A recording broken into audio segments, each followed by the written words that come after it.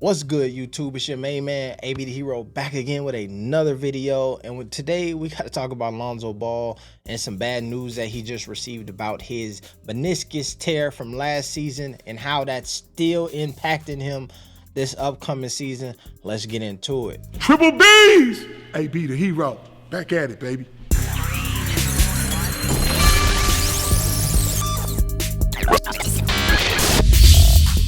So here's the thing.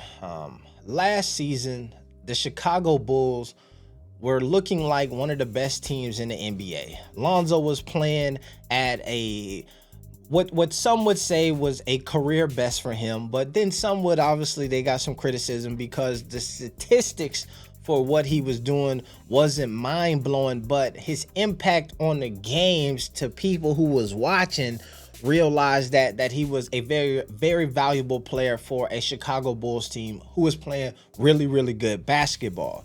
I think I saw somewhere where at the end of the season when Lonzo officially went out with his injury, they were 28-14 or somewhere like that, and then 27-13 is what it says.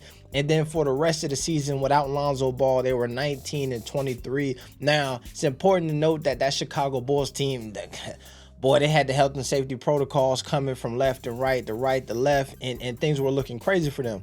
However, they just seemed more at ease with Lonzo Ball on the court. They had some other guys step up, play really good basketball, but that didn't allow them to get out of the first round. So if you watched the Bulls last season, you were like, yo, we can't wait for this season to start. We're going to have everybody back, health and safety protocols. Hopefully we done with that and we're going to be able to push through. More bad news. It has been reported that Lonzo Ball is expected to miss training camp and potentially the start of the season. From sources, the ankle stability is there, but there's just something lagging and nagging with that injury that is not allowing him to return and feel comfortable playing ball. So if you're a Bulls team or a Bulls fan, you're probably pretty frustrated at this right now. You saw the potential. If you a guy like me who was expecting Lonzo to make the All-Star jump last year, and he was making a push. He was making a push towards the end of the season to get in there and secure his spot. If you were like me, you were expecting that. If you were expecting the Bulls to be able to, at one point last year, the Bulls were championship favorites. If you were expecting them to return to that, this information is saddening and disheartening to you. If you are a Lonzo Ball hater or disliker, then this is more ammunition to you to talk the trash that you want to talk. Now, here's the question that I have. How does this impact Lonzo Ball's career? How does this impact his legacy? How does this impact the conversation around him? And to me, I think that this is, if this was going to happen at any time, to me, this is the time that this thing should have happened, right? When I think back to Lonzo in the bubble and some of the struggles that he was having on the court, to then compound that with a injury that seems to be nagging and you can't get over it, I feel like would be really hard for a team to say, yo, we got to take a shot on this guy, right? And why do I say that? Because I'm thinking if you are missing training camp, you're going to miss the start of the season, you put yourself in position for somebody to come in, step up and say, I got it. And we know how it is in the NBA. Somebody say, I got it. It's hard to get it back. And so it's time to move. And when there's time to move, where's your value stand at?